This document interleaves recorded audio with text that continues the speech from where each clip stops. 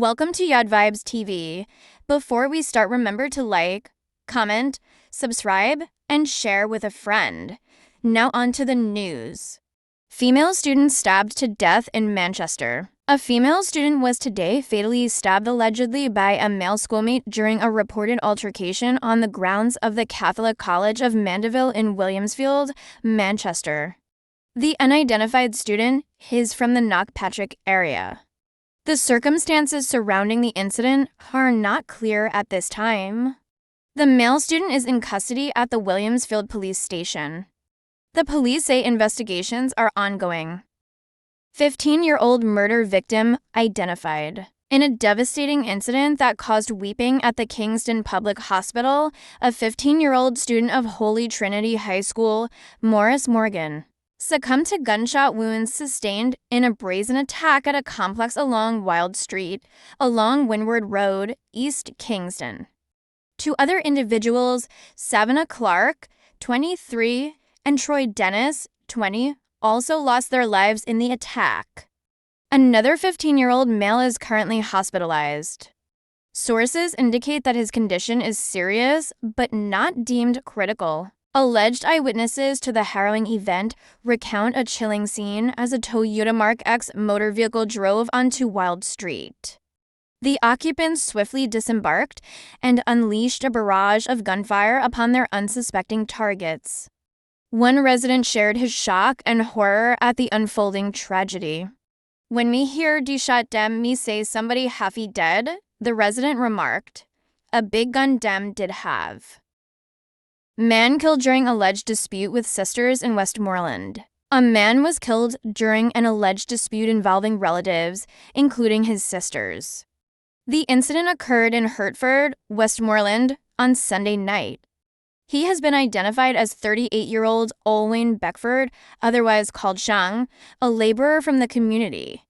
According to Detective Superintendent of Police Dean Watson, who confirmed the incident with us, Beckford was hit with a stone during a confrontation. Reports from the police indicate that Beckford was at home with his wife when an argument developed between him and one of his sisters.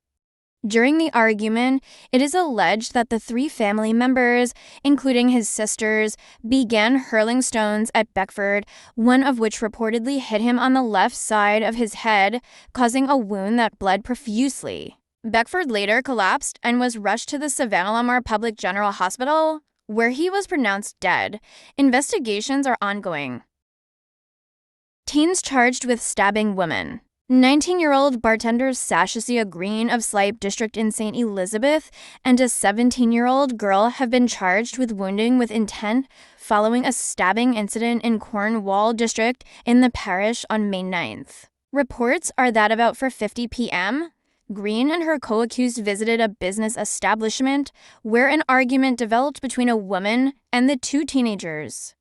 It became physical, and the two accused used a knife and scissors to inflict wounds to the woman's back and face. She was assisted to the hospital where she was treated. Shortly after the incident, residents held onto and handed over Green and the teenager to the police, and they were charged 2 days later. A court date is being arranged for them. Sand truck overturns on Winston Jones Highway. A truck driver escaped serious injury after the unit he was operating overturned on the Winston Jones Highway in Mandeville on Monday. Reports suggest that about 5:30 p.m., the truck, which was laden with sand, was traveling uphill towards Mandeville when, upon reaching the intersection of Hambury Road and the highway, the vehicle developed mechanical issues causing it to stall and descend the hill. The truck eventually overturned in bushes beyond the hard shoulder. Scores of residents converged at the scene using bags and shovels to clear the sand. The accident happened about 200 meters from the scene of a fatal crash on Monday morning, which involved a graphics designer. He died as a result of injuries he sustained in a two-vehicle crash on the Winston Jones Highway near Mandeville on Monday morning. Relatives named him as Carl Gale, 47, a graphic artist and resident of New Green in Manchester. Preliminary reports are that about 3 a.m. Gail was driving a Nissan AD wagon uphill towards Mandeville when the vehicle crashed into a tractor-trailer, which was also traveling uphill. Gail and a female passenger sustained injuries. They were taken to hospital where he was pronounced dead and the woman admitted for treatment. His brother, Conrad Gale, told the news team that Carl was traveling home from a party in Banana Ground near Bellafield when the crash happened. I got a call minutes after 3 a.m. about him being in an accident here on the Winston Jones Highway.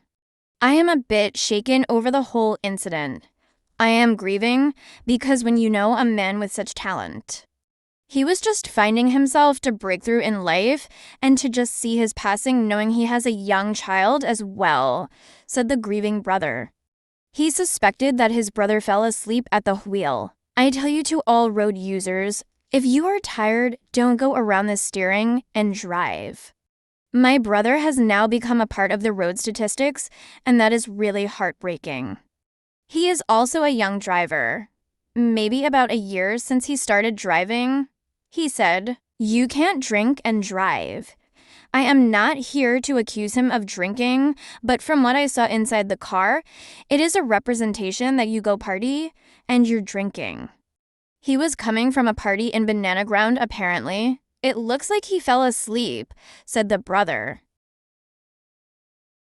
Green Island curfew extended. A 72-hour curfew imposed within the Green Island Police Division on Friday was extended on Monday. This is the third one announced this month by cops who have spoken of residents' reluctance to speak about the impact that inter-gang conflict and an influx of criminals has been having on their community. We are having a challenge. Nobody wants to be their brother's keeper anymore, and so it is hard to clear up some of these crimes, operations officer for the Hanover Police Division.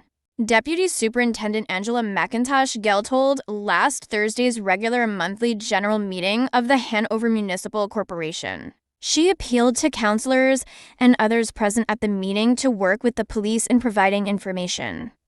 She attributed the criminal activity being observed in the area to fighting between rival gangs and lotto scamming. Everybody wants to get rich, but they don't want to work, and when somebody shortchanges someone, they are going after them. And it is not just the person that has wronged them. They are taking others with them, the mother, the father, and even the dog they might take. We have to be proactive and work together, stated McIntosh Gell. She said, while murders are down in the parish by 24%, Green Island continues to be an issue. She noted that while the police are trying their best, they are not getting the support of residents within the affected areas. We have to work together. In the Logwood area, where we have a lot of murders, we just want the citizens there to cooperate, to help them reduce the crime in that area and, by extension, everywhere else in Jamaica, she appealed. We know that the hotels help the economy because persons are getting jobs, but we have a lot of migrant criminals. When they come into the space, some, yes, genuinely want to work, but some are not about the work. They want to do other types of work. They associate themselves with others, and then the residents tend to be housing them, McIntosh Gale added.